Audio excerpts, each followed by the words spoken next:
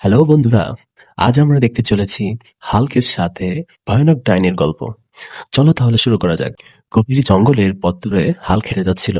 তারপর কেউ এই জায়গায় আসে না, কিন্তু আজ কেউ আমাকে এখানে টেনে এনেছে। হাল্ক, আমি তোমাকে আমার কাছে টেনে এনেছি। আমি ভয় পেলে এখানে আসতাম না।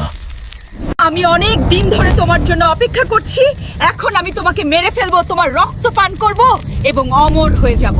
স্বপ্ন দেখা ভালো, হাল্ক, আজ আমি তোমাকে শেষ করে দেব।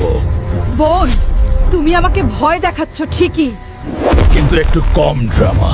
এটা নাও, ভালো জাদু। আজকে তোরে জায়গা মতো মলম লাগাই দিব।